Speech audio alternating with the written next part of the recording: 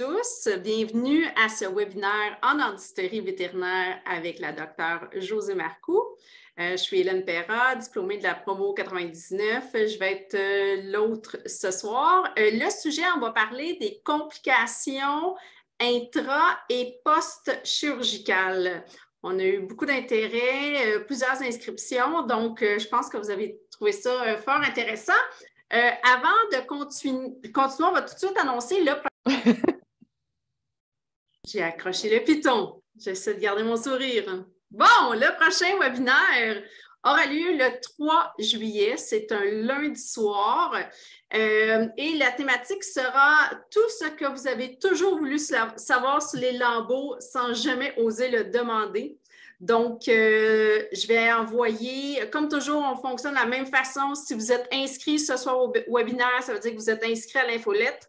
Une fois l'infolette terminée, je vais préparer toute l'information et je vais vous envoyer le lien probablement d'ici mercredi. Des fois, regardez vos spams. Les infolettes se retrouvent souvent dans les spams et vous allez avoir le lien YouTube et vous allez aussi avoir l'invitation pour le prochain webinaire qui portera, je le répète, sur les lambeaux. Et avant de commencer, un topo rapide, je pense que plusieurs d'entre vous étiez au congrès, vous avez rencontré Josée en chair et en os. Josée, la promotion 2016. Oui. Ouh, c'est ça, 2016. Acupunctrice avant, rentrée en médecine vétérinaire, promo 2016. Elle savait dès ses premières années qu'elle voulait aller en dentisterie. Donc, ses stages ont été orientés en conséquence. Elle a fait sa résidence à la faculté. Elle a passé son board théorique qui a maintenant une bonne année. Et là, elle s'attaque d'ici un mois au board pratique. La COVID l'a un petit peu ralenti. Donc, on lui souhaite bonne chance. Et puis, donc, c'est ça. Elle est avec la gang d'Yvette Mobile depuis novembre 2020. C'est ça? 2020? 21. Oui, novembre 2020, on a commencé la clinique janvier 2021. Parfait. Je ne vais pas mélanger mes années. Oui. Donc, veux-tu nous faire un petit topo sur la saga des loupes pour les gens qui ne savent pas, les loupes? Josée est allée dans un congrès de dentisterie, le plus gros congrès de dentisterie vétérinaire, je pense, au monde, le Vet Dental Forum. Elle a fait le tour des kiosques et elle nous a parlé en grande pamoison d'une compagnie de loupes qu'elle aimait beaucoup, Midi-Loop. Et bien, on a essayé, là, ça fait des mois qu'on rame pour que le représentant vienne au Québec et vous fasse essayer des loupes. Plusieurs personnes sont intéressées. Et là, la grande finale, Josée.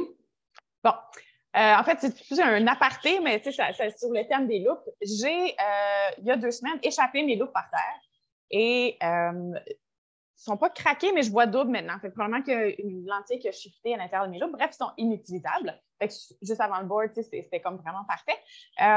Et donc, j'ai appelé la compagnie que moi, j'avais fait par mes loupes, qui est Design for Visions, qui sont à New York. Ils me disent, pas de problème, tu nous shippes tes loupes, dans 7 à 10 jours, on te répare, on te renvoie, c'est sans frais, genre, inquiète-toi pas avec ça, on est super service. Et là, de découvrir que ça passe en douane.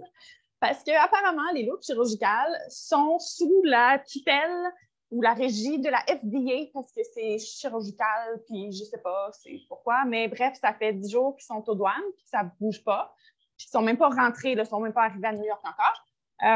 Donc, je les ai rapatriés chez moi, puis j'ai trouvé quelqu'un ici qui va me les réparer. Mais pour clore le sujet, à la fin du mois de mai, je m'en vais à un congrès humain dans lequel il va y avoir dentiste humain, c'est-à-dire, il va y avoir des gens qui vendent des loupes. Je vais retrouver un représentant et la prochaine fois que je vous suggère des loupes, je vais vous suggérer quelqu'un de local parce que c'est beaucoup plus important que je pensais d'avoir quelqu'un qui n'est pas à l'autre bord d'une frontière. Donc, je vais refaire un tri, là, puis prochaine suggestion, ça va être quelqu'un qui fait soit Québec ou Ontario, là, mais que tu peux shipper tes loupes s'il y a un problème parce que quand tu les as pas, c'est pas facile. Voilà. Super, bien merci. Hein? C'est toute une saga. Oui. Juste avant d'embarquer dans le sujet, rapidement là, pour le topo, pour juste un rappel pour les frais Si vous voulez faire interpréter des radiographies dentaires, il y en a plusieurs qui aiment ce service-là. Le coût, c'est 60 $.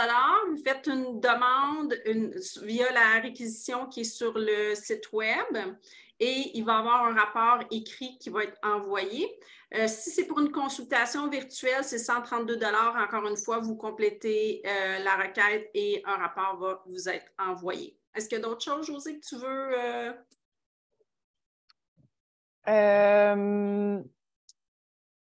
Non, c'est pas ça. Dans le fond, la différence, je pourrais dire, entre une consultation virtuelle et une interprétation de radio. Une interprétation de radio, vous m'envoyez genre 1 ou 2 radios et vous me dites qu'est-ce que je fais avec cette dent-là.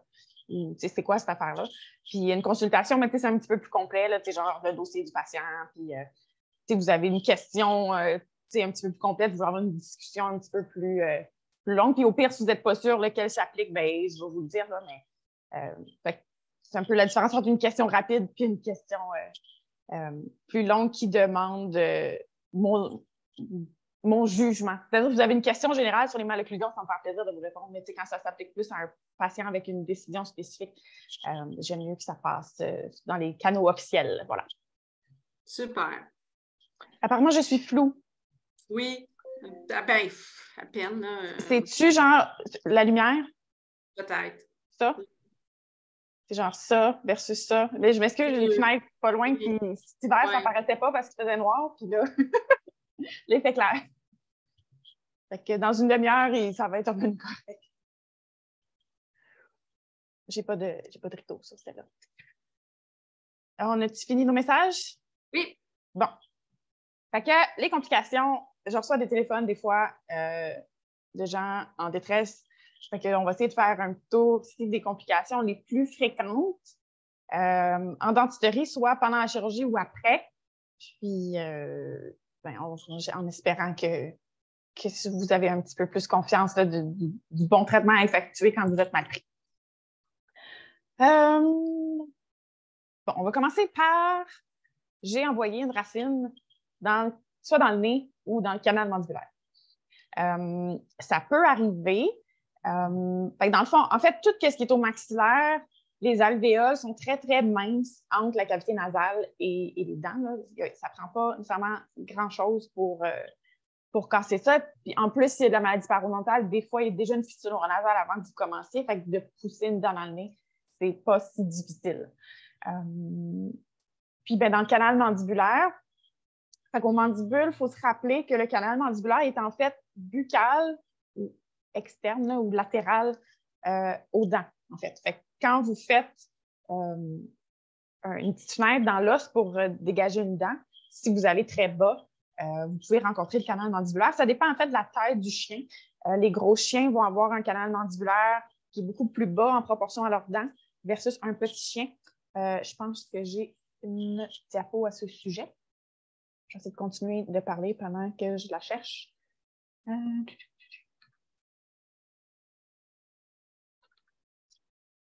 Je pense que c'est celle-là sur l'anatomie, non. Mais bref, il faut toujours se rappeler que le canal mandibulaire il est buccal. Donc, ça pourrait arriver qu'on rencontre le canal mandibulaire. Je cherche mes photos. Ah, je l'ai ici.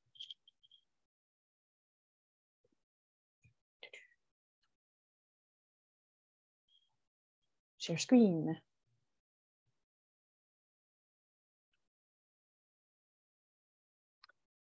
Ça ici, c'est 2 radiographies de mandibule chez 2 chiens. Mais en fait, la taille du chien est différente. C'est-à-dire que sur la photo du haut, on aura un chien peut-être de type labrador. Donc, on voit que la hauteur du mandibule et l'espace qu'occupent les dents, en fait, dans ce mandibule-là est à peu près, disons, 50 %. Donc, même si vous enleviez de l'os sur, mettons, 75 % de la hauteur de la racine de ces dents-là, vous ne vous ramasseriez pas dans le canal mandibulaire. Par contre, ici, en bas, on a une radiographie d'un mandibule, probablement d'un petit chien de type Yorkshire, par exemple, et on voit que les racines occupent 100 % de la hauteur du mandibule, même que la racine, la 9, a quasiment envie de passer l'autre bord. Donc, si vous enleviez 50 de la hauteur de l'os, ben, vous vous retrouveriez peut-être dans le canal mandibulaire. En fait, on a quasiment plus de chances de la pousser par en bas quand on est dans un plus grand chien, mais ça arrive, disons, dans toutes les tailles. Mais bref, il faut juste se rappeler que le canal mandibulaire est plus près de la surface que les racines. En fait, c'est un petit peu mal fait, là, mais c'est comme ça. Donc, c'est quoi le danger si on se retrouve dans le canal mandibulaire? Bien, évidemment, on a une nerf, artère et veine qui circulent là-dedans. Si on fait juste fenestrer notre canal mandibulaire et se retrouver dedans, en soi, c'est pas dramatique. Fait que tant qu'on n'a pas rien lacéré qui se trouvait dans le canal, ben c'est pas grave. Ça m'est arrivé récemment. Je travaillais sur une dent incluse, sur un mandibule de chien, puis à un moment donné, j'ai fait que ça, c'est le nerf, on est rendu dans le canal. Et j'ai à peu près un demi-millimètre d'os entre la dent et le canal. Fait que avec ma fraise, je l'ai comme. J'ai ouvert le dessus du canal. Mais tu sais, j'ai rien lacéré de ce qui était dedans. Fait que c'est sûr qu'on reste poli dans ce temps-là. Fait que ce que j'ai fait, évidemment, je visualisais bien ce qui est. Et puis, j'ai reconnu que j'étais dans le canal, puis je visualisais bien les structures. Là, fait que, ça fait vraiment comme des boyaux qui passent de distal à médial. Donc, je me suis assurée de mettre un instrument entre, dans le fond, le canal où je travaillais avec ma fraise pour être bien sûre de ne pas passer tout droit, puis qu'au pire, je buterais contre mon élévateur artérioste pas bon, là, celui qui est ma chair à canon. Et puis, également, ce que je faisais à ce moment-là, c'est sûr que c'est un petit peu inhabituel parce que c'était une dent incluse, mais quand j'ai voulu sectionner ma racine, bien, je l'ai juste sectionné à peu près à 90 % avec ma fraise, puis le restant, je l'ai craqué pour qu'elle casse dans le petit bout qui restait. Mais en fait, pour m'assurer de ne pas fraiser dans le canal mandibulaire pour les proches. Fait que, bref, on essaye de ne pas envoyer notre fraise dedans. Puis donc, si on fait juste le voir pendant une chirurgie, puis qu'on referme après, puis qu'on a enlevé ce qu'il fallait, il n'y a pas vraiment de dommages. Si on a poussé une racine dedans, bien là, en fait, il y a plusieurs choses qui peuvent se passer. Premièrement, soit ça saigne ou ça ne saigne pas. C'est possible qu'on ait poussé notre racine dedans, mais qu'on n'ait pas, encore une fois, rien lacéré. C'est habituellement une bonne nouvelle. Puis, ça va peut-être être plus facile de retrouver ce qu'on cherche parce que ça ne saigne pas. Si ça saigne, si vous avez juste comme accroché l'artère, ça va saigner quand même généreusement. Mais à moins d'avoir sectionné l'artère de bord en bord, là, votre chien devrait coaguler, puis il ne devrait pas avoir besoin de transfusion, puis il devrait encore moins mourir sur la table. Ce n'est pas un assez gros vaisseau pour exsanguiner votre patient. Ça peut saigner quand même pas pire. La bonne nouvelle, c'est que c'est dans un canal. Fait que même si vous n'avez pas d'agent hémostatique, le simple fait de juste boucher votre site avec une gaz ou avec un doigt ou quelque chose, puis attendre 2-3 minutes, puis ensuite d'enlever délicatement votre gaz, bien, le fait qu'il est dans un espace étroit, bien, il va comme s'auto-comprimer. Fait que d'habitude, ça va faire un caillot. Puis si jamais bien, vous voulez mettre une petite éponge hémostatique ou quelque chose comme ça, bien, vous avez c'est tout à fait indiqué si vous en avez, il n'y a pas de problème. J'en utilise pas personnellement, bien que je voudrais m'en acheter un, fait que je ne peux pas vous recommander de marque. Je n'ai pas encore fait mon magasinage, là, mais n'importe quoi là, qui est absorbable là, va faire la job. Bon, fait que là, on envoie une racine. C'est quoi les conséquences si on la laisse là? Premièrement, ça dépend pour quelle raison on enlevait cette racine. Fait que si, par exemple, c'était parce qu'il y avait énormément de maladies parodontales, puis le bout qu'on envoyait est genre plein de tartes, là, juste tout à la hauteur de toute sa racine, puis que le fragment est contaminé. Même chose si cette dent-là était cassée avec une communication, la pulpe était exposée, puis l'intérieur de notre canal était donc forcément colonisé par des bactéries, puis qu'on envoie ça dans le canal mandibulaire, bien, c'est une source d'infection, pas juste potentielle, théorique, là, c'était assez clair qu'elle est déjà contaminée. Fait que ça serait quelque chose que j'insisterais un petit peu plus pour aller chercher. Des fois, on envoie des dents, soit que c'est un bout de racine qu'on avait cassé, mais celui-ci était inclus déjà dans l'os, ça qui était propre.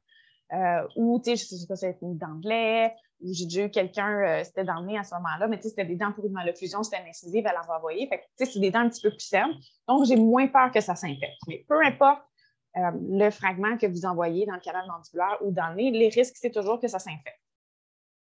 Dans le canal mandibulaire, l'autre risque, c'est que ça pourrait comprimer le nerf et faire une paresthésie ou de la douleur au patient. Si ça fait juste une paresthésie, fait que le patient va sentir des picotements ou des engourdissements au niveau de la lèvre, en fait, cliniquement, on ne sera jamais capable d'objectiver ça. Donc, on ne le saura jamais s'il y en a ou pas. Puis, ben, c'est sûr qu'il y a de l'infection. Le problème, c'est que ça passe souvent inaperçu, ça aussi, de dire aux gens, ah ben revenez, si ça fistule, ben les chances sont que vous en entendrez plus jamais parler, mais ça ne veut pas nécessairement dire que c'est pas infecté juste parce que ça n'a pas fistulé. C'est pour ça qu'en général, je vais recommander qu'on aille les enlever. Mais il y a un argument qui peut être fait pour les laisser. Puis quand je dis aller les enlever, je vais vous expliquer un petit peu la procédure, mais si vous n'êtes pas à l'aise, vous avez 100% le droit de dire à votre client, bon, si c'est arrivé, les structures anatomiques sont proches, c'est des choses qui arrivent, mais c'est que la procédure est rendue trop délicate et que vous avez des chances de blesser des structures importantes en vous lançant dans une chirurgie dans laquelle vous n'êtes pas à l'aise, vous avez tout à fait le droit de ne pas la faire. Là. On ne se fait pas prendre en otage par les gens. S'ils décident de ne pas aller en spécialité, la faire enlever, mais c'est leur choix. Puis, si vous, après ça, vous lacérez le canal mandibulaire, vous vous retrouvez dans une situation que vous saviez que vous aviez des risques de faire et que vous n'étiez pas à l'aise, bien, c'est pas à vous de prendre ces chances-là si ça vous semble trop difficile ou si vous n'êtes pas à l'aise, tout simplement. Bref. Donc, la première chose qu'on va faire, évidemment, c'est prendre une radio pour savoir où est rendu notre fragment de racine dans notre canal mandibulaire. Si on est chanceux, il va être directement en dessous du trou de notre alvéole. Et si on n'est pas chanceux, ben, il va s'être déplacé, on va l'avoir comme poussé, soit caudalement ou distalement ou mésialement, en avant ou en arrière. C'est sûr que plus qu'il est déplacé, plus que c'est difficile à aller chercher. Puis s'il est tout droit, ben, c'est un petit peu plus facile. Mais bref, pour aller sortir de là, la chirurgie va consister à prendre une petite fraise et aller agrandir le trou de votre alvéole dans la direction où est votre fragment. Donc, s'il est tombé tout droit, mais souvent, on va juste comme ouvrir un petit peu plus grand pour voir qu'est-ce qu'on fait. Puis s'il est un petit peu plus médial, bien, on va s'ouvrir une fenêtre médiale. S'il est distant, on va s'ouvrir une fenêtre médiale jusqu'à ce qu'on le visualise. Puis, la bonne nouvelle, c'est que souvent, il est lousse. Puis, c'est plein de gras, le canal mandibulaire. Là, fait que, ça ne tient plus. Là. Fait qu'on va juste aller le cueillir délicatement avec une paire de pinces puis sortir de là. Fait que le cueillir, c'est pas la partie difficile. La partie difficile, c'est de fenestrer avec votre fraise sans fraiser les contenus du canal mandibulaire. Fait que je vous dirais qu'avec une certaine habitude, ça se fait, mais je comprends si vous n'avez pas du tout envie de faire ça. En fait, moi non plus, je n'ai pas envie de faire ça, c'est juste que je l'ai fait quelques fois. Fait que voilà. Si le client accepte d'être référé, c'est beaucoup, beaucoup plus facile qu'il soit référé immédiatement. C'est-à-dire que si moi, je le vois en dedans de, disons, une semaine ou deux, bien, votre alvéole est encore vide, ou en tout cas, bref, il y aura du tissu de granulation, là, mais je veux très bien tracer le chemin dans l'os de votre site d'extraction puis d'aller retrouver le fragment. Si on attend 3 mois, bien, votre alvéole est complètement remplie et là, maintenant, je vais devoir creuser un canal dans une direction, en 3D, il va falloir que je me figure gauche-droite, haut, bas, etc., sans fraiser dans le canal mandibulaire. Fait que ça va être beaucoup, beaucoup plus difficile pour moi d'aller rechercher ce fragment-là si on attend que le site d'extraction soit comblé par de l'os. Donc, idéalement, si les gens acceptent la référence, c'est de me le référer ou de leur expliquer que si on est pour le faire, on va le faire rapidement ou alors, pas du tout, là, mais sinon, on surveillera radiographiquement tous les ans puis on laissera ça. Là. On enlèvera juste si ça fait un problème, mais bref. Si les gens acceptent d'être référés, c'est tout fait. Josée, on a une question ici. Oui. Quelle fraise utilises-tu pour fraiser dans l'alvéole? Probablement que j'irais avec quelque chose de diamanté si vous avez ça. Les fraises diamants sont assez agressives pour aller enlever de l'os, mais sont beaucoup plus douces avec les tissus mous si on accroche des tissus mous. C'est-à-dire que, étant donné que c'est comme du papier sablé, la surface, ça ne va pas agripper les tissus comme une fraise carbide, qui a vraiment des sillons va le faire. Fait que si je m'en vais là, j'irai avec une fraise diamant. Fait qu'on va simplement ouvrir plus grand jusqu'à ce qu'on voit ce qu'on fait vis-à-vis notre fragment puis aller le cueillir. Sans aggraver la situation. Puis c'est ça. Fait que les risques à dire aux clients, si on le laisse là, ben, c'est que ça fasse de l'infection et que ça passe inaperçu pendant des semaines, voire des mois, avant que ce patient-là soit revu en radio puis qu'on puisse comme objectiver qu'il y a de l'infection, ce qui est toujours tannant. Fait que ça se peut que ces fragments-là fassent jamais rien, mais on ne le sait pas. Fait que moi, ça m'achale, mais voilà. Dans le nez, c'est un petit peu le même combat. Dans le nez, c'est plus dangereux de le pousser loin parce que là, il n'y a pas de fond. C'est des cavités nasales. L'autre problème avec le nez, c'est que forcément, si vous avez défoncé l'alvéole, vous avez touché l'épithélium nasal et lui, il pisse le sang. Vous allez, c'est diffus comme segment, là, il n'y a rien à ligaturer, puis il n'y a aucun patient qui va s'exsanguiner par son nez, là, mais c'est juste que pour visualiser votre racine, bonne chance parce que là ça coule. Fait que si vous n'avez pas de succion, je dirais oubliez ça, là, genre jamais vous allez le retrouver. Même chose, oui. On a une question, là, parce que là, il y en a une qui vient juste de rentrer sur les dernières phrases que tu as dit. Donc, dans les derniers points que tu as dit, la dernière phrase, est-ce qu'on ne risque pas de réactiver le segment si on va fraiser là où le caillou s'est formé? Là, on parle du canal mandibulaire? Je crois que oui. Oui. En fait, si c'est coagulé puis tu ne refraises pas exactement dessus, parce que c'est ça le but, on veut enlever l'os sans toucher les autres structures en dessous. Donc, si tu ne déranges pas ton caillot exactement là où il est, c'est possible, mais oui, ça peut ressaigner. Et l'autre question, ça, c'est juste avant. La question, c'est, tu disais, on fraise buccale, mésiale, caudale et même linguale? Bien, en fait, il faut savoir, il faut que tu regardes où ton fragment. Fait que s'il est direct vis-à-vis de ton trou, ben moi, tout ce que je ferais, c'est agrandir le fond de mon alvéole pour que je vois, puis que probablement que je passe des pinces, parce que si, mettons, tout ça, c'est flush, ben, je ne serais pas capable d'aller chercher des pinces ou un Stieglitz, par exemple, qui est une petite pince pointue. Donc, je veux mettre la place assez pour aller le chercher. Si mon fragment il est rendu mésial, ben, je vais vouloir aller vers mésial. C'est possible, des fois, de faire une radio. Dans le fond, vous allez mettre le film de radio dans la bouche du patient, puis prendre une radio par en dessous, vraiment perpendiculaire. Là.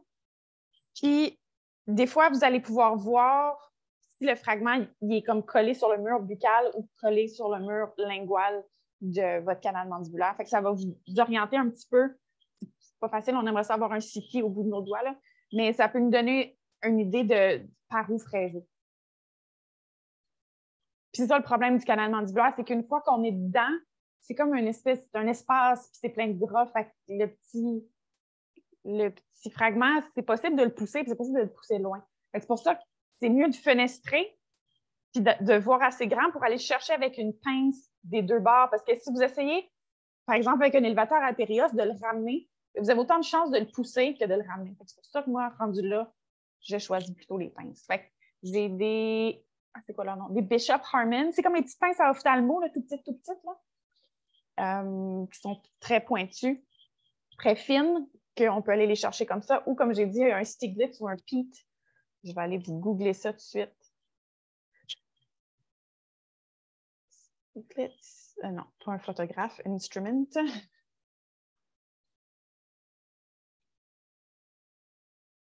Voilà, c'est pointu. Je ne sors pas souvent mon Stieglitz, mais quand j'ai un petit bout de racine, il est le fun. Puis j'aime ça de dire ça, Stieglitz. Ça se dit bien. Fait que ça ressemble comme un petit davier, là, mais c'est pointu. Comme ça ici. Fait que pour rentrer dans les petits espaces, c'est bien pratique. Puis sinon, ça s'écrit comme ça, Stieglitz. Stieglitz. Oui, excusez. Et puis sinon, il y a un Pete, qui est une version semblable, juste un petit peu moins pointue. Bon, j'ai pris la photo la plus pixelisée du monde, là. Non, ça c'est pas mieux. Ah oui, c'est attendez. Lui, c'est pas pire. Fait qu'il est un petit peu moins pointu, mais quand même, pour les petits espaces, il est quand même bien fun. Si vous faites beaucoup de dentisterie, ça, c'est des instruments à avoir. les petites racines de chat. Là, de temps en temps, il est bien petit. Fait que c'est ça. On veut se créer une grande fenêtre pour avoir de l'espace. Ça m'est déjà arrivé aussi de prendre 2 élévateurs à Prius puis comme de le prendre avec des baguettes, là. Mais je vous recommande d'utiliser quelque chose en pince justement pour ne pas le pousser encore plus loin parce que là, si on se fait un trajet puis tu es en dessous d'une autre dent, mettons, qu'on n'a pas extrait, bien là, tu sais, de fenestrer, ça devient comme impossible. Là. Fait qu'on veut vraiment, sans le bouger, juste faire une fenêtre pour pouvoir le sortir.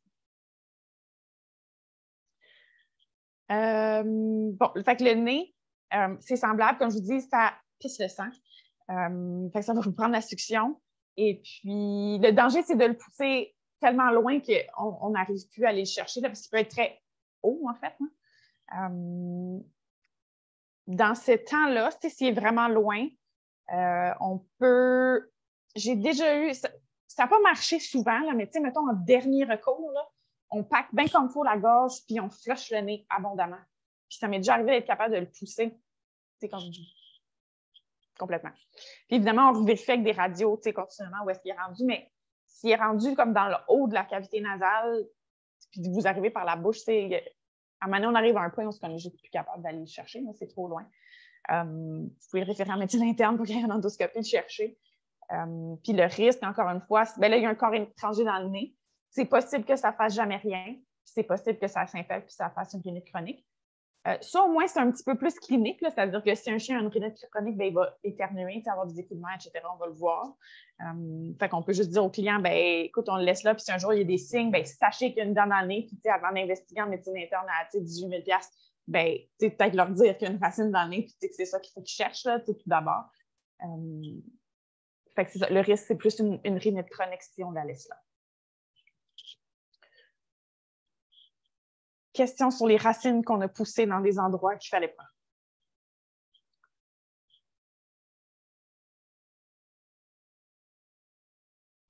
Le nez, ça saigne. Fait à chaque fois que vous ramassez dans votre cavité nasale, moi, je vais écrire dans mon congé après avec le client que ça se peut que le chien éternue du sang pendant un jour ou deux. C'est normal, pas s'inquiéter. Tant que ça ne coule pas abondamment de son nez, là, ça me stresse pas. Là. Fait que, s'il fait juste un petit peu asperger, c'est normal. Puis juste dire aux clients qui s'y attendent parce que si tu n'y attends pas, ben, vous allez avoir un téléphone. On peut rester dans le même thème. Mon autre truc, c'était sur les segments. On a... Oh, oui. OK, vas-y. Est-ce que tu mets sur antibiotiques post-op?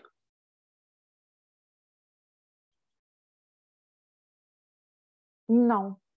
Parce que s'il est contaminé, à partir du moment où la dent n'est plus attachée à rien, c'est un corps étranger. Fait que s'il y a déjà des bactéries dessus, ça va faire un biofilm. Je ne suis pas certaine que te donner des antibiotiques, ça va le désinfecter ou ça va faire quoi que ce soit. Ce n'est pas vascularisé un fragment. Fait que mais encore là, il n'y a aucune référence pour baquer ce que je suis en train de dire. Fait que, si vous vous sentez mieux d'en mettre, allez-y. Mais je veux dire, le fragment, il va être là pour le reste de la vie du chien. Là, fait que, est-ce que donner 2 semaines d'antibiotiques, ça va changer quelque chose?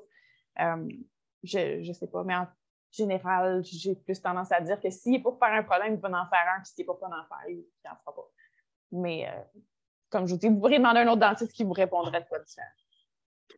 C'est 100% empirique ce que je viens de répondre. Deuxième question, les fraises diamants, est-ce qu'il y a différentes formes? Si oui, laquelle? Oui, il y a plein de formes de fraises diamants. Ah, tiens, on va aller faire... Fait qu'il y a des rondes. Fait que c'est comme vos fraises carbide ou... Bon, je ne sais même pas comment on dit carbide en français. Ça va m'en revenir. Rondes, puis ils sont de toutes les tailles. Donc, vous allez avoir des très petites rondes, puis vous allez avoir des moyennes, puis vous allez avoir des très grosses. Fait que les très grosses, c'est les 23. En fait, ça correspond à 2,3 mm de diamètre.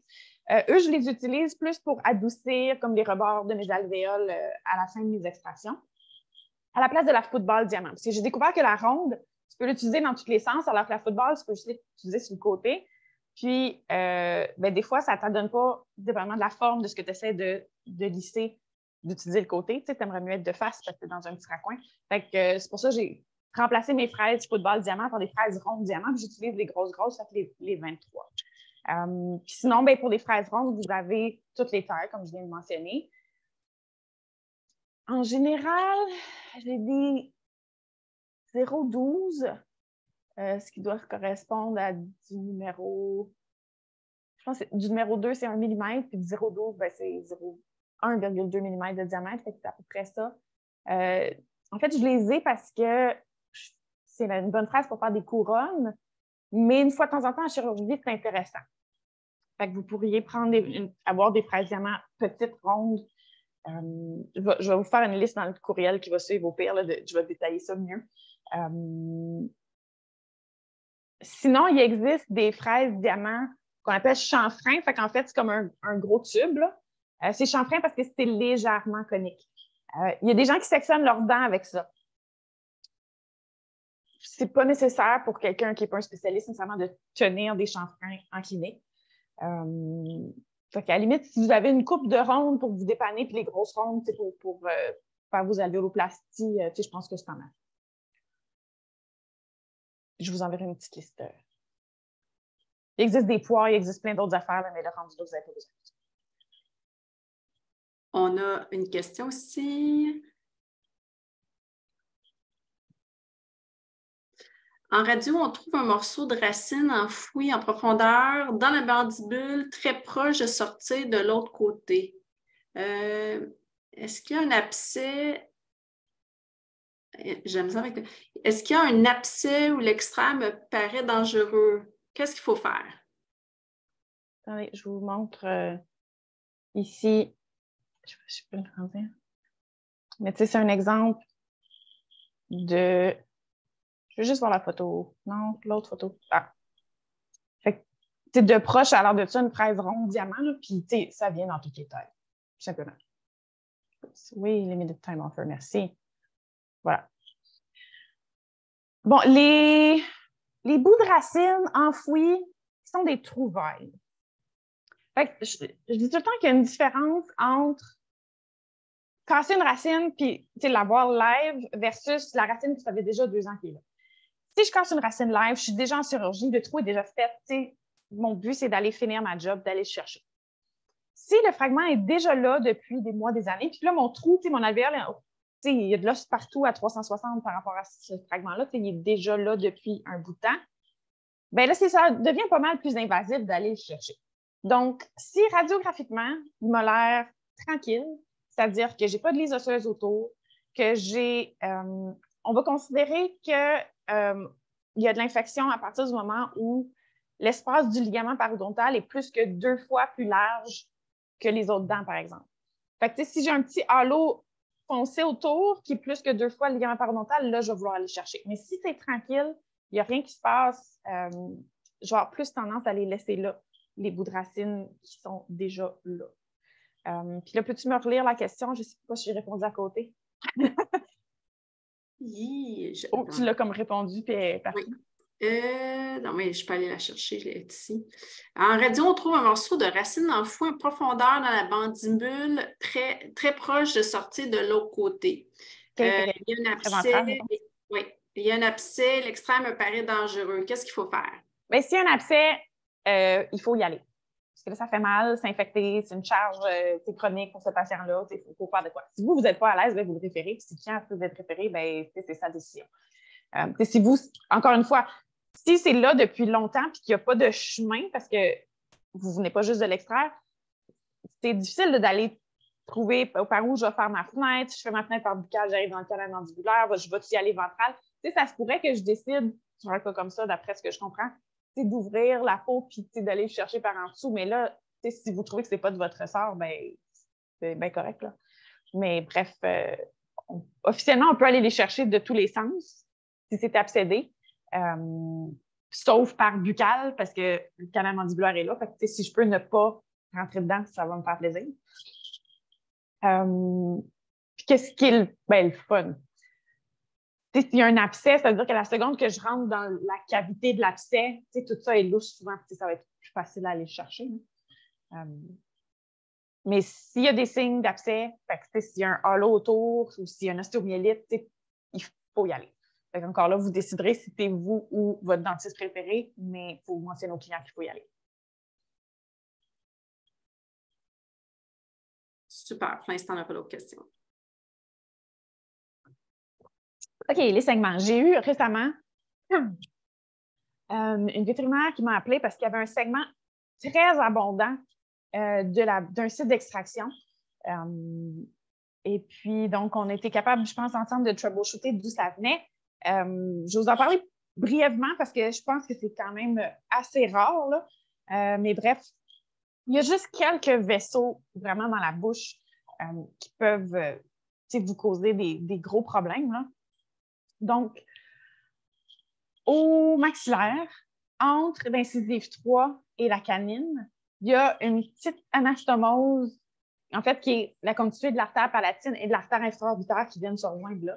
Fait que quand vous faites l'extraction de la canine, ça arrive souvent qu'on le coupe.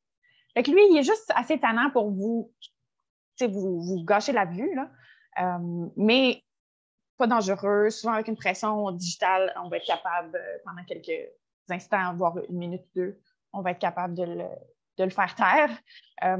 Par contre, récemment, plus ou moins récemment, mais bref, j'ai fait ça sur un grand Danois de 72 kilos et le petit boyau, il n'était pas si petit. Fait que lui, ça a pris une petite ligature. Mais tu sais, je veux dire, j'avais pas peur pour la vie du chien, là, ça fait juste saigner et être fatigant. Fait que les deux autres gros vaisseaux au maxillaire qui seraient tannants, ce serait l'artère palatine. Donc, elle est à la moitié de la moitié. Si on divise le palais en deux, hein, fait qu'on a comme les dents ici, on a la moitié du palais, les dents là. Il y en a une de chaque côté qui est vraiment à mi-distance, comme de chaque côté de leur voie, là. Sur un gros chien, je vous dirais, c'est assez peu probable que vous rencontriez l'artère palatine en faisant des extractions, puisque vous êtes quand même à presque 1 centimètre de ce gros vaisseau-là. Chez un petit chihuahua, ça commence à être moins drôle. Ça m'est déjà arrivé de l'accrocher en suturant. Fait que, là, c'était juste une aiguille. Là, je ne l'avais pas, j'avais pas passé bord en bord avec mon scalpel, disons. Mais ça peut faire quand même un segment, ça a bien flushé. Fait que pour une artère palatine, si je l'ai juste accroché avec une aiguille, encore là, une pression digitale, ça ne me stresserait pas. Si jamais vous sentez que vous devez la ligaturer, ça commence à être plus tricky. Par contre, ça se fait à travers le palais. Souvent, les ligatures, en fait, ils glissent moins parce que sont pognés dans le tissu conjonctif. Il faut juste savoir qu'elle voyage, mettons, parallèlement à l'arcade, là, et ça va vraiment comme de vis-à-vis la PM4, tout droit vers le museau. Donc, si vous voulez la ligaturer, il faut juste le faire perpendiculairement à ça. Mais comme je vous dis, normalement, vous ne devriez pas rencontrer. Et là, la situation que j'ai vécue avec la vette, elle avait fait une extraction de PM4 et difficulté avec un bout de racine. Le bout de racine a été dans le nez, elle l'a retrouvé, tout ça. Mais là, post-op, ça saigne. Je pense qu'elle a dû toucher au canal infraorbitaire. Chez certains patients, dépendamment de leur conformation, le canal infraorbitaire va passer entre les racines de la PM4. Et là, en cassant sa racine s'est retrouvée partout. Je pense qu'elle a été vraiment malchanceuse, mais comme je vous dis, les alvéoles, c'est très mince au maxillaire. Donc, je pense qu'elle a accroché à ce moment-là l'artère infraorbitaire. Et donc, il y avait un segment généreux post-op qui, je pense, ne pouvait pas s'expliquer juste par la muqueuse nasale. À part ouvrir le patient puis mettre un agent hémostatique, votre seule autre option, c'est d'aller ligaturer l'artère maxillaire, ce que même moi, je ne fais pas parce que je pense que c'est trop hardcore. Fait que j'ai recommandé de l'envoyer voir un chirurgien. Mais je pense que c'est vraiment un freak accident, puis les chances que ça vous arrive là, sont extrêmement minces. Puis au mandibule, il y a, je dirais que c'est pas mal la seule affaire là, que vous pouvez rencontrer, c'est dans le canal mandibulaire.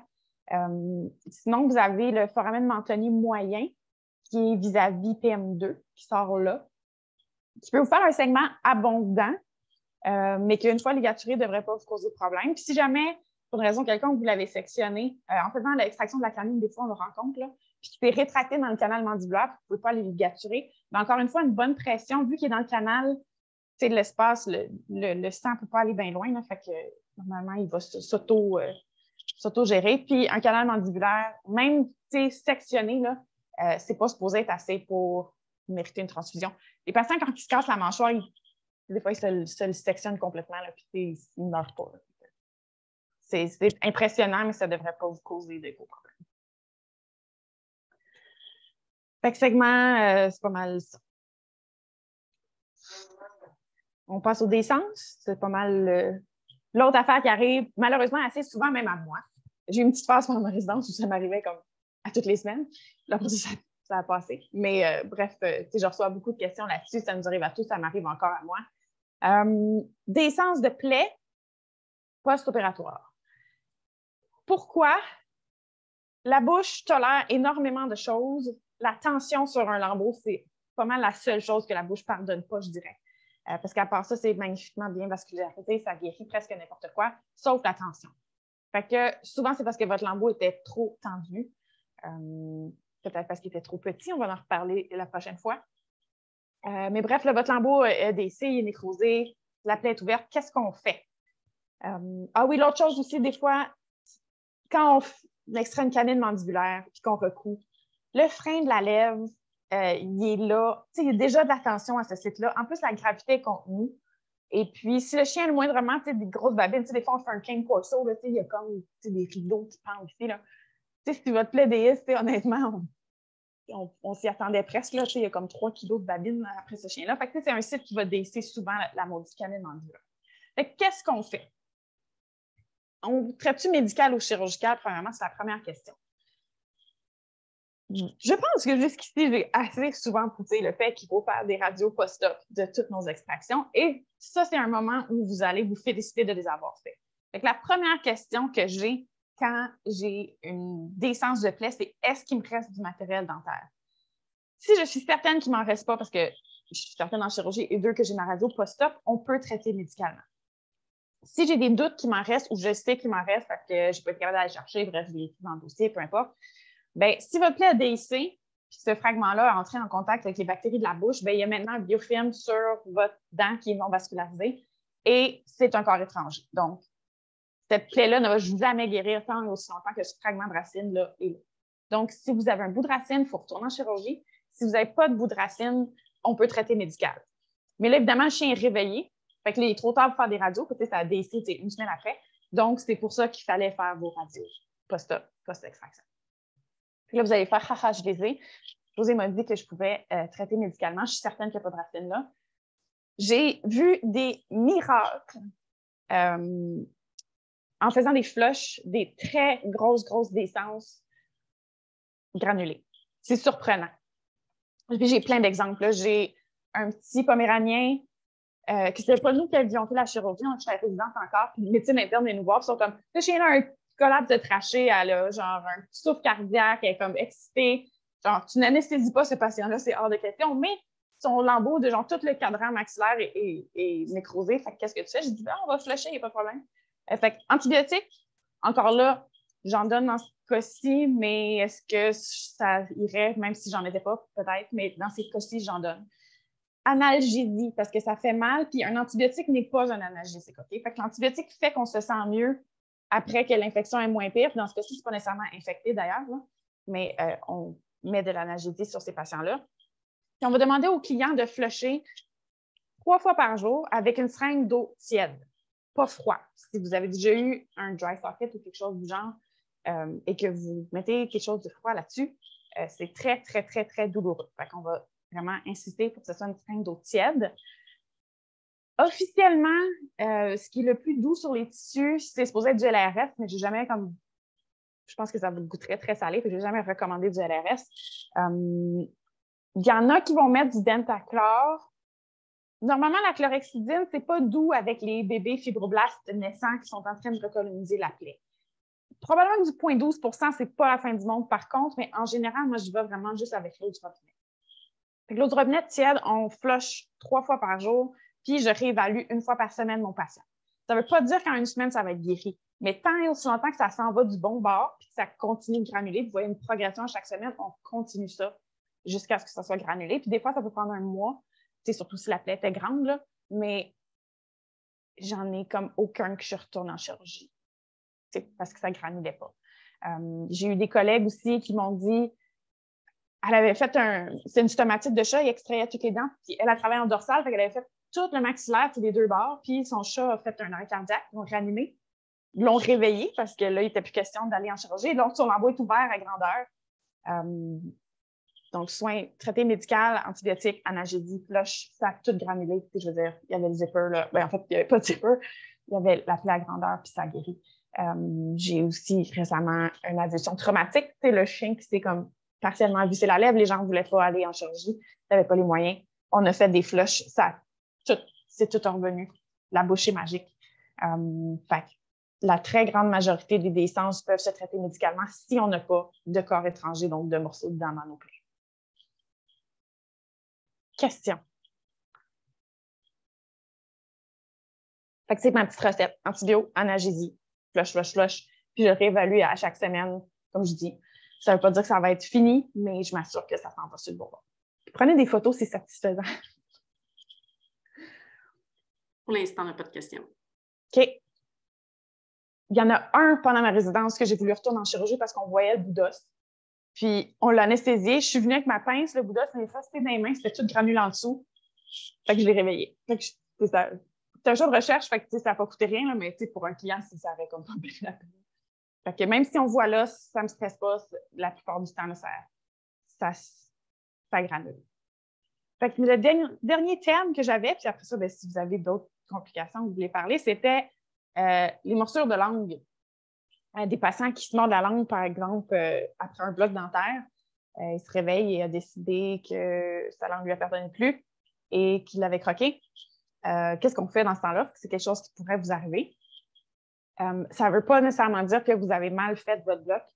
Le nerf lingual est très, très, très proche du nerf mandibulaire, là où on les fait.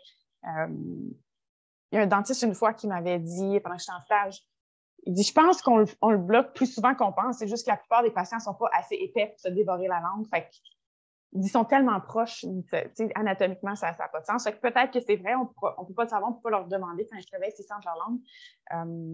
Mais bref, c'est une complication qui est possible. Ça ne veut pas dire que vous avez fait de quoi là, qui n'avait pas d'allure, mais ça arrive. Fait que si vous voyez le chien faire, bien, la première chose à faire, c'est de l'arrêter de mordre sa langue. Souvent, à coup de propofol, c'est ça qui va fonctionner le mieux. Parce que d'essayer de contrôler ses mâchoires, c'est pas vraiment possible. Fait que on donne propofol, on calme notre chien. Ça pourrait être une bonne dose de Dex aussi. Là. La bonne nouvelle, c'est que même s'il dort juste à moitié, vous pouvez le recoudre parce qu'il ne sent pas sa langue. C'est impressionnant là, parce que vous avez le patient qui cligne puis qui vous regarde, qui est un petit peu réveillé. C'est daté, mais puis là, vous le cousez puis il ne dit rien. Fait que bref, il faut recoudre la langue. La bonne nouvelle avec une langue, c'est que ça se recoud un peu dans tous les sens. C'est-à-dire que vous pouvez recoudre l'épithélium dorsal à lui-même, ou si vous êtes sur le côté, vous voulez recoudre l'épithélium ventral à l'épithélium dorsal, ça se fait aussi. J'ai une super belle photo dans le Vestraté. Je vais essayer de trouver ça rapidement. On fait des points simples discontinus. Une langue, c'est extrêmement chiant à coudre. C'est un peu comme du foie, ça scie beaucoup. Vous pouvez faire des petits points matelas horizontaux aussi. Fait qu'on essaie de recoudre. Puis souvent, une plaie de morsure, là, ils vont avoir des lacérations comme en zigzag. Là, c'est pas comme une belle lacération, ça va être un petit peu tout proche. Fait que vous cousez qu'est-ce que vous pouvez. Et puis, attendez, je login mon truc. Une fois que vous avez recousu, donc, le steak haché que le patient a fait, il faut l'empêcher de se remordre la langue. Donc, ce qu'on va vouloir, c'est le garder sédaté pour toute la durée du bloc qu'on a fait. Donc, si on a fait un bloc de lidocaïne, on le garde sédaté pendant 2 heures sous surveillance. Puis si on a fait un bloc de bupi, ben, vous en avez pour le reste de l'après-midi à le garder sédaté et à le regarder. Des fois, je vais choisir de mettre une muselière, peut-être pas super serrée, mais juste pour empêcher qu'il rouvre la bouche grande et qu'il se reprenne une bonne croquée. Là. Fait que, mais évidemment, si on fait ça, il faut surveiller sa respiration comme il faut pour qu'il soit sédaté, mais qu'il soit quand même capable de respirer par son nez. Oui, il y a une question pendant que je cherche ma photo. Oui, tu as dit nos mots préférés. Les blocs! C'est quasiment le moment où on va ouvrir une bouteille de vin. Bon, alors les blocs, on a eu, c'est parce que dans le passé, on fait des blagues, mais dans le passé, on a eu quelques webinaires où on parlait des blocs, puis les recettes, puis à un moment donné, il y avait tellement de bupi, lido, qu'on se mélangeait dans nos mots et dans les doses. Donc, on t'en a brièvement parlé ici, là, mais la question, c'est est-ce que tu utilises la lido pour les blocs mandibulaires pour éviter qu'ils soient gelés au niveau de la langue au réveil et bupi pour les blocs maxillaires? Bon, encore là, ce que je vais vous dire, ça va être 100% empirique. À date, j'ai pas vu de chien qui s'était mordu la langue qui avait eu autre chose qu'un bloc mandibulaire bilatéral. On en a vu un à la fac, mais en fait, ma collègue, elle a fait un ours, puis j'étais pas là. Lui, c'était unilatéral, mais bref, c'est une autre espèce, fait qu'on va l'ignorer. Donc, à date, si j'ai à faire une chirurgie au mandibule juste d'un côté, je vais mettre de la bupie quand même. Si je dois faire les deux bords, parce qu'il y a les deux cadrans à faire, je vais faire de la lido au mandibule. Si je les dente complètement, par contre, on s'en fout, hein, parce qu'il ne se mordra pas après. Mais j'ai déjà vu un chien, en plus, je m'étais battue, là, puis il reste 3-4 dents, puis genre, il s'était crotté la langue. J'étais comme, c'est vraiment, vraiment fait regretter de m'être battue avec ta propriétaire pour entretenir ces dents-là. Fait que s'il est pour être complètement édenté, on s'en fout. Puis sinon, ben, si vous pouvez décider de faire des blocs de lido-mandibule. J'ai jamais vu de chat qui s'était mordu la langue. Je ne sais pas si c'est rapporté dans la littérature. Je n'ai pas vu d'article à ce sujet-là. Fait que je crois, en tout cas, sous toute réserve, que les chats seraient moins épais que les chiens. Mais bref, que ça serait plus... les chats ont moins tendance à faire ça. Bon, j'essaie de trouver ma photo de langue.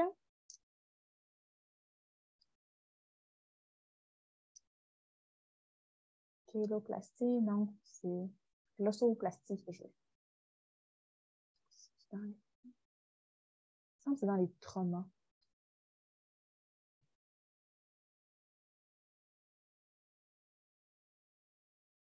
J'en profite pour répéter à ceux qui sont arrivés un petit peu plus tard que le prochain webinaire, ça va être le 3 juillet, donc un lundi soir, et on va parler des lambeaux.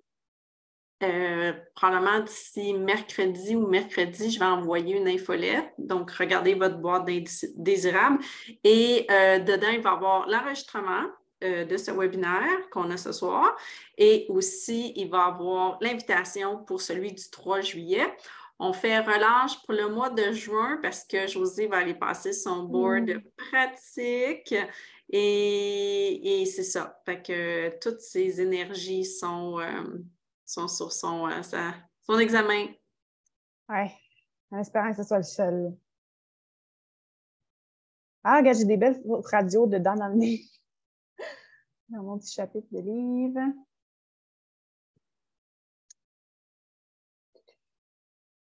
Là, je vois qu'il y a quelqu'un qui a la main levée.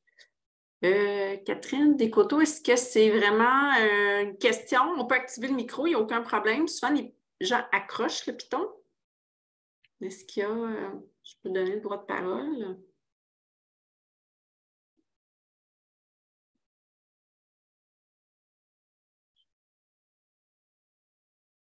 Donc, Catherine Descoteaux, j'ai activé. Ah ah! J'ai trouvé ma photo. Ah, OK. Attends. On va désactiver ça.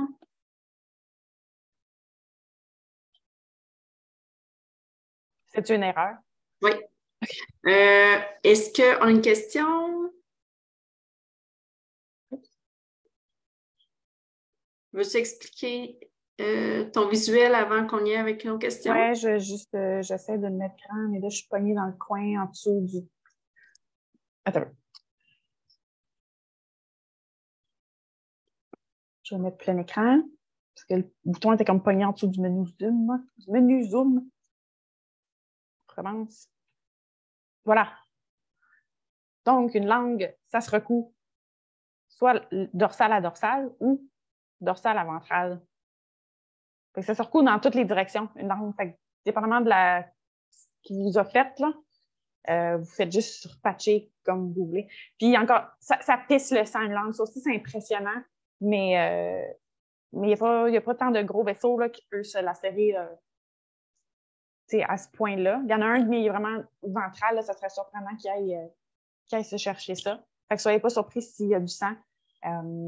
Puis faites une courte pointe. Ça peut être un peu dans toutes les directions. Ça guérit très bien une langue. ça ne se verra plus après. Puis ça se peut que ça se soigne pendant un bout de temps. Et je ne veux pas penser comment ces patients-là se sentent quand ça dégèle. Je veux dire, on se mord la langue puis on ne se peut plus. Là. Fait que voilà. Mais bref, vous pouvez suturer une langue dans toutes les parties. Super. Sur un autre sujet, une autre complication tannante, c'est lorsqu'on enlève une canine maxillaire à un chat et que sa canine mandibulaire blesse sa lèvre supérieure. Absolument. Ça s'appelle du lip entrapment. Si vous voulez écrire ça dans votre dossier, vous allez l'air super intelligent.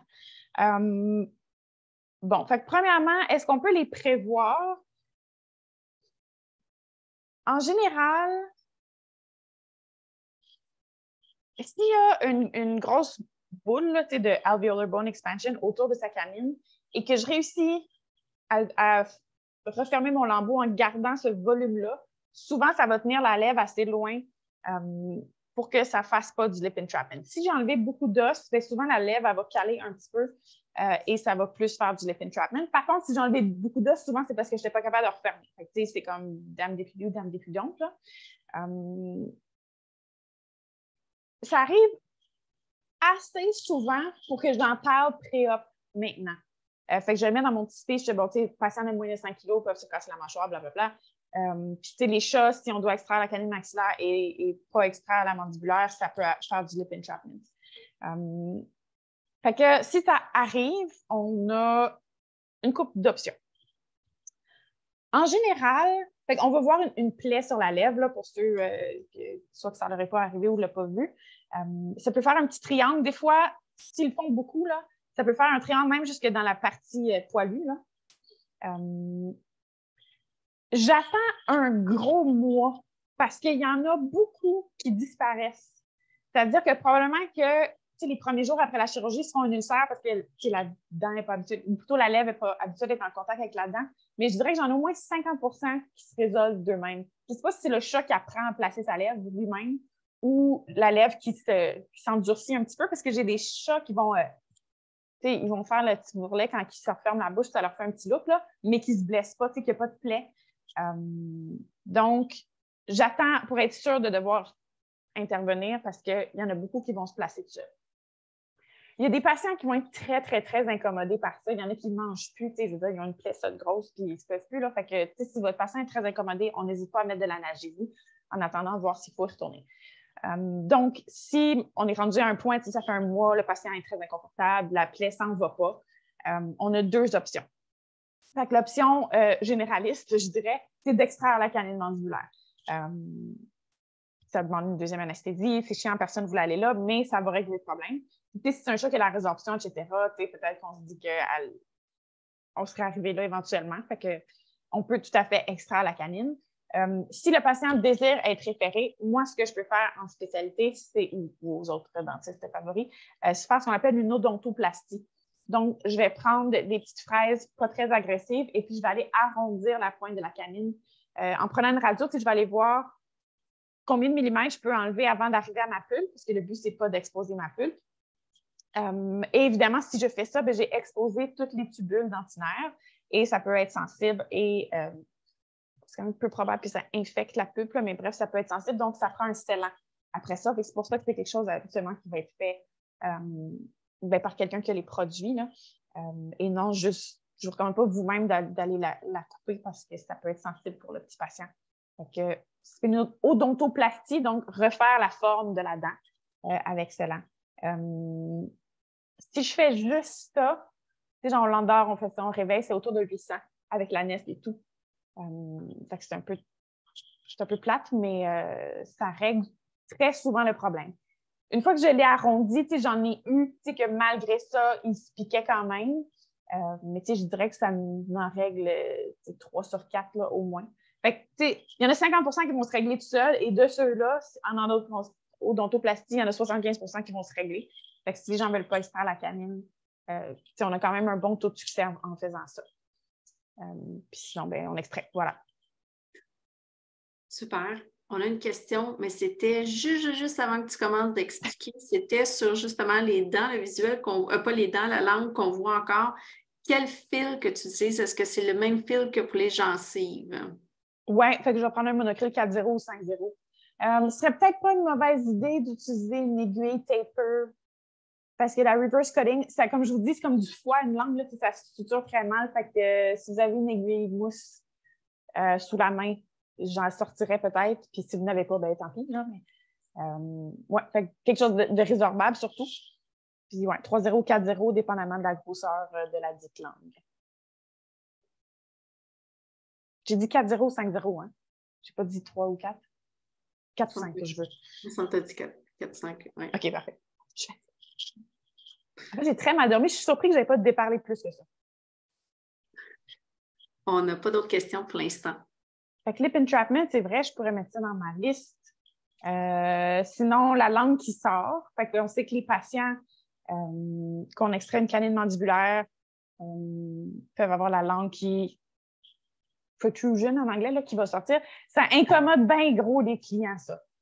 Pour le chien, ça ne change absolument rien. Sinon, sa langue ne va pas se sécher. Ils sont tout à fait capables de la remettre dans leur bouche. Puis d'ailleurs, je dis souvent aux gens, j'ai déjà fait des mandibulectomies ou des choses comme ça. Puis le chien gardait sa langue dans sa bouche. Là, fait que s'il veut, si elle laisse sortir, c'est parce qu'il veut la laisser pendre. Là, il est tout à fait capable de la garder dans sa bouche. Mais ça dérange bien gros les gens, mais il n'y a vraiment rien qu'on peut faire à propos de ça. Mais ça aussi, c'est quelque chose que j'ajoute dans mon speech d'extraction, que si on extrait les canines mandibulaires, la langue va pendre. Ça dérange bien gros les gens. Surtout si c'est un plus gros chien, puis c'est une dent cassée, souvent, là, les gros chiens. Puis là, ben, le chien va... mais ça n'a pas vraiment de conséquences sur le patient, à part de se donner un petit look. Puis sinon, tous mes patients de moins de 5 kilos, maintenant, je l'écris aussi dans mon speech pré-extraction, qu'il y a toujours un risque de fracture de mâchoire pendant les extractions.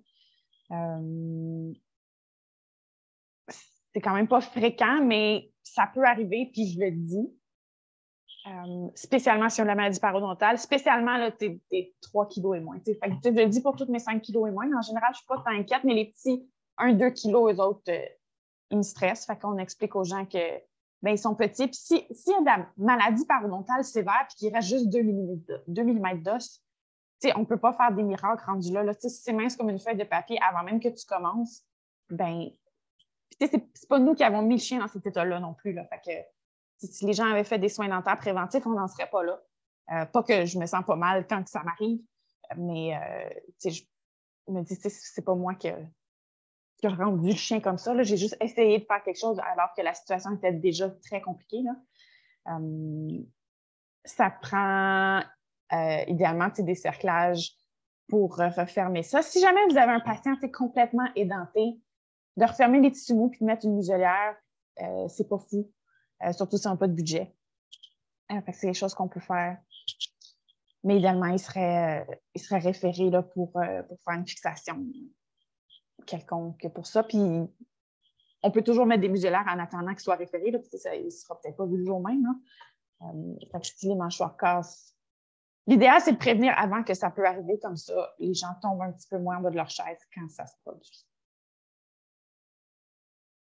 C'est ça. Maintenant, je le mets automatique dans mon speech de petit patient.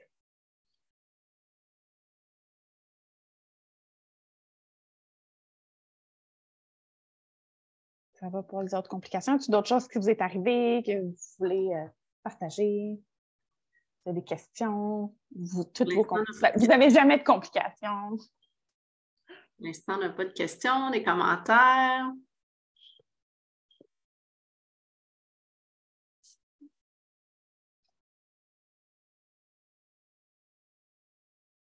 Pourquoi, Josée, est-ce que ça fait le tour de les sujets que tu voulais aborder? Oui, c'est ça que j'avais écrit. Racine d'année, descente, segment, puis morsure de langue. Pas mal les plus fréquents. Puis le lip entrapment, j'avoue que c'est pas rare non plus. Sinon, l'ostéonécrose post-extraction, ça se peut, mais c'est ultra méga rare. Il y a comme un papier sur 10 ans qui ont 10 cas. Peux-tu répéter plus lentement? Une ostéonécrose post-extraction. Ah, OK. Fait que c'est non seulement une ostéo... En fait, c'est pas une ostéomyélite, c'est pas une infection de l'os, c'est vraiment l'os qui se détache et meurt. Il y a plusieurs triggers qui peuvent faire ça. La radiothérapie en est un gros. Mais des extractions peuvent arriver. Ça arrive en humaine aussi. Hein. C'est comme un espèce de phénomène, on ne sait pas, là, c'est décide de mourir. Bref, si ça vous arrive, vous me l'enverrez, là, parce que rendu là, c'est un gros débrûlement. Puis, tu sais, si vous verrez ça, si vous voyez ça une fois dans votre carrière, vous êtes très malchanceux. Là. Ça se peut. Sinon, je dirais, c'est les chats. Si vous avez un site d'extraction qui ne guérit pas chez un chat, pensez toujours à un carcinome spinocellulaire. Si vous avez enlevé toutes les racines, puis ça a baissé, ça se peut une descente straight, là, mais vous flushez tout ça, ça ne va pas bien, pensez-y. Soit revérifiez votre radio, envoyez-moi là s'il faut, mais retourner puis prendre une petite biopsie n'est pas une mauvaise idée. Des chats, s'il y a plus de 10 ans, là, faut comme y penser, c'est assez un classique. Parfait. Le commentaire, ben là, on a un commentaire, mais c'est sur les loupes. Oui. Donc, une compagnie à Repentigny, Simca, ouais. Une référence de Dr. Destou. OK. Je savais qu'il existe, c'était mon deuxième. En fait, aujourd'hui, j'ai appelé, là, j'ai mes loupes dans la tête, Optique Médique, parce qu'ils ont un bureau sur Jean Talon, parce que je voulais aller leur porter mes loupes en personne. Mais Repentigny était mon deuxième appel, s'ils me disaient non, parce que Caroline Proulx aussi a déjà acheté 2, les avait bien aimés. Mais ils vont être au congrès le 29 mai, fait que je vais pouvoir aller leur jaser puis vous faire une idée, là, mais je sais qu'ils existent puis qu'ils sont locaux. Fait que voilà, j'achèterai plus jamais des loupes exotiques. Sur l'exotique. Dr. Séné dit « Nous avons acheté 4 loupes de Rose Solutions Cégep.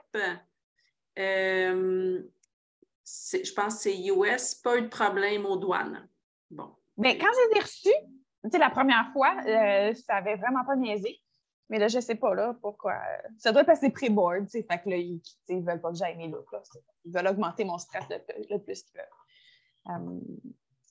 Mais bref, je vais garder ça en tête la prochaine. Mais tu sais, de me faire dire au téléphone, oui, apporte-moi-les, je vais te réparer. N'empêche que c'est assez simple et direct. Là, fait que il faut juste garder en tête. Une fois que vous les avez et qu'on vous les enlève, une fois que vous êtes habitué, c'est l'horreur de travailler pas de loupe. Puis je disais tantôt à Hélène avant qu'on commence, les vétérinaires peuvent bien me dire qu'il y a sa dentisterie. Moi, là, en ce moment, je pratique beaucoup sur des cadavres parce que c'est mon board. Puis j'ai une table de pratique qui n'est pas une table chirurgicale, qui n'est pas la bonne hauteur. C'est ni un comptoir, c'est une table de cuisine. Fait que pas dans ma cuisine. Elle vous invite à souper bientôt. Mais tu sais, c'est pas la bonne hauteur pour travailler. J'ai pas la bonne chaise, puis là, j'ai pas de loupe. Genre, j'ai envie de pitcher mes instruments après 3 minutes. J'ai mal dans le cou après 5 minutes. Genre, mon Dieu, mais équipez-vous, aidez-vous. Sinon, c'est sûr que vous allez haïr ça, la dentisterie. Pour vrai, j'ai mal partout. Je capote pas de loupe. Je sais pas comment vous faites. Si vous voulez vous offrir un cadeau à vous-même, achetez-vous des loupes. Parfait. On a 2 questions.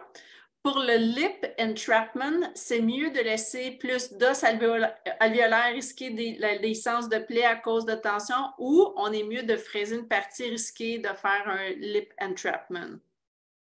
Je n'ai pas de réponse à cette question. Moi-même, je me la pose à chaque fois que je suis face à cette situation. J'essaie que mon lambeau ferme, là, parce que je vous dirais que je préfère risquer le lip entrapment que de faire une décence de ma plaie. Mais laquelle complication préférez-vous? Ça ne veut pas dire qu'ils vont s'en faire. Puis comme je dis, il y en a assez qui se replacent tout seul que souvent ça passe. Fait que je préfère que ma plaie ferme. OK, prochaine question, c'est un autre sujet. Y a-t-il une intervention à faire si on remarque de l'os alvéolaire attaché partiellement à une racine d'une dent extraite? Ah, genre qu'elle est venue avec, là? Oui, c'est plus souvent remarqué sur un vieux chien. Oui, c'est ça. Soit qu'il y a déjà eu de l'ankylose, fait que souvent, c'est des vieux chiens. Bon, moi, ça m'arrive tout le temps parce que mes chiens sont congelés parce que c'est de la pratique, là, mais sur les chiens, en fait, non, il n'y a pas grand-chose à faire de plus. Si vous êtes au maxillaire, donc dites-vous que vous êtes parti avec un bout d'alvéole, fait que là, vous avez peut-être une fistule oronasale. Fait que c'est d'autant plus important que votre lambeau ne déhisse pas. Fait que une fistule oronasale, soit que vous avez créé ou qui était déjà là, ça se guérit simplement en recousant les tissus.